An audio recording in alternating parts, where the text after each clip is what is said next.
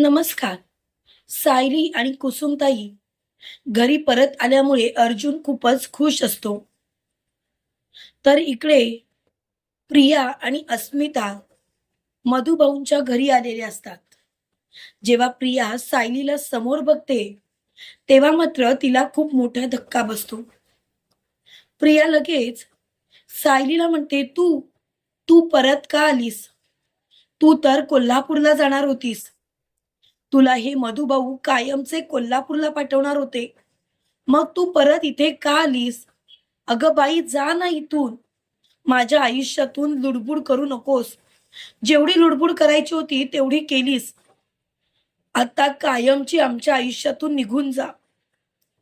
तेव्हा कुसुमताई बोलते, "काय आहे ना प्रिया, तिने तुझ्या आयुष्यात लुडबुड कधी केलीच नाही.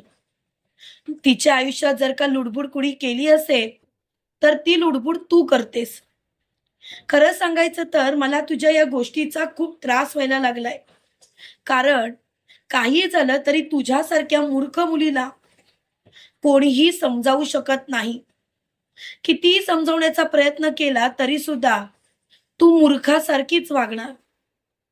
आणि खरं सांगू का प्रिया, सायलीची काळजी तू करू नकोस. त्यासाठी मी, मधुभाऊ आम्ही दोघंही समर्थ आहोत.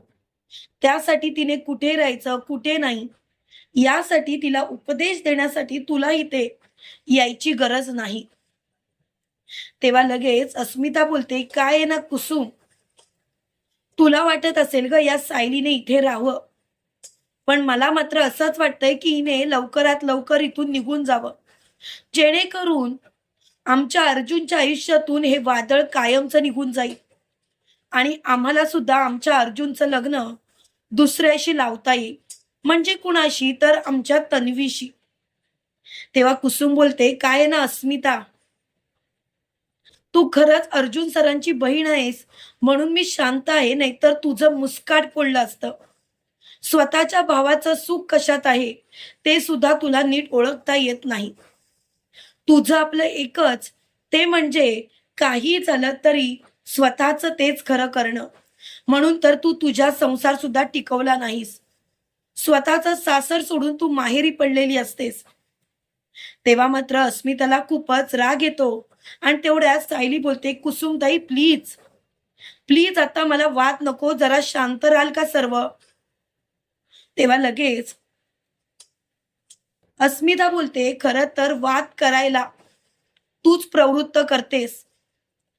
अगं तू जर का इथून कायमची निघून गेलीस तर आमचा अर्जुन सुद्धा खुश राहील, नाहीतर तुझ्या आठवणीत तो तळमळत राहतो. त्याला सुद्धा त्याचं आयुष्य जगू देत ना. तू त्याच्या आयुष्यातून कायमची निघून जा, तो त्याचं आयुष्य जगेल." तेवढ्यात अर्जुन पाठीकडून बोलतो, "त्याची काळजी करायची तुला गरज नाही अस्मिताई. मी कशामध्ये खुश आहे आणि कशामध्ये नाही, हे तू सांगायची गरज नाही मिसेस सायलीना.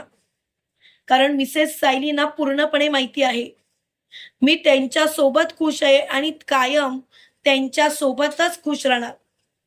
माझ्या आयुष्यात जर का माझी बायको म्हणून कोणाचं स्थान असेल तर ते फक्त सायली अर्जुन सुभेदार हिचंच आहे. आणि राहिला प्रश्न या तन्वीचा, तर तन्वीला मी बायको म्हणून काय, माझी मैत्रीण म्हणून सुद्धा इमॅजिन करू शकत नाही. खरं सांगायचं तर या तन्वीचं मुस्काट पुढून तिला बाहेर फेकावंसं वाटतंय. आता मात्र मला ती इथे समोर नकोच आहे." तेव्हा मात्र तन्वी म्हणजेच प्रिया बोलते, "अर्जुन, अरे तू असं काय करतोयस? तू या मुलीच्या अशा अशा प्रेमात का पडलायस? अरे ही मुलगी तुझ्या काही कामाची नाही. आता मामीला सुद्धा ही पसंत नाही आणि सुभेदार घराण्यात कोणालाच ही आवडत नाही, कारण हिने खोटारडेपणा केलाय आणि हिचा खोटारडेपणा सगळ्यांसमोर आलाय. त्यामुळे काही झालं तरी मी हिला माफ करणार नाही." तेव्हा मात्र अर्जुन प्रियाचा हात धरतो आणि तिला फरफटत घराबाहेर ढकलतो. तेव्हा अस्मिता अर्जुनला बोलते, "अर्जुन, तू काय वागतोयस, काय नाही, तुझं तुला तरी समजतंय का?" तेव्हा अर्जुन बोलतो, "तू नको त्याची काळजी करूस. तुला जर का काळजी करायची असेल तर स्वतःची काळजी कर. तू जे वागतेस ना त्या गोष्टींची काळजी कर. कारण मला तुझं हे वागणंच मुळात पटत नाही. आजपर्यंत मी स्वतः अस्मिताई तुझ्या पाठीशी खंबीरपणे उभं राहिलो प्रत्येक गोष्टीमध्ये, पण तू मात्र माझ्या आयुष्याची वाट लावायला निघालेस आणि तुझ्यासारख्या मूर्ख मुलीला माझ्या आयुष्यात जागा नाही म्हणजे नाही. आत्ताच्या आता तू माझ्या आयुष्यातून बाजूला हो आणि निघ इथून. तेव्हा मात्र मधुराम बोलतात, खरं सांगायचं तर सायली, हे सर्व थांबव, कारण हे सर्व जे होतंय ना ते बरोबर नाही होत आहे. तेव्हा अर्जुन बोलतो, मधुभाऊ बस, बस झालं मधुभाऊ, तुमचा राग तुमच्यापाशी ठेवा, पण आमच्या नात्यामध्ये लुडबुड करू नका. मधुभाऊ, तुम्ही सायलीवरती प्रेम करता, तिला मुलगी मानतात, सगळं मान्य आहे, पण सायलीचं माझ्यावरती प्रेम आहे हे सुद्धा तुम्ही ओळखा. बाप आहात ना तुम्ही तिचे, मग तुमची मुलगी कशात खुश आहे कशात नाही हे तुम्हाला ओळखता येत नाही का? तेव्हा मात्र मधुभाऊ म्हणतात, येताना माझी मुलगी तुझ्यासोबत आयुष्यभर खुश राहू शकते याची मला खात्री आहे, पण तुझ्या घरच्या फॅमिलीचं काय, तुझ्या घरच्या कुटुंबाचं काय? तुझं कुटुंब तर आमच्या सायलीला स्वीकारायला तयार नाही. तुझ्या कुटुंबाला तर आमची सायलीच नको आहे. तूच बघ काय करू ते मी आता, तू सांगशील ते मी करायला तयार आहे. काही झालं तरी माझी मुलगी खुश राहिली पाहिजे एवढंच मला पाहिजे, बाकी माझं काही म्हणणं नाही. जमणार आहे तुला माझ्या मुलीला खुश ठेवायला?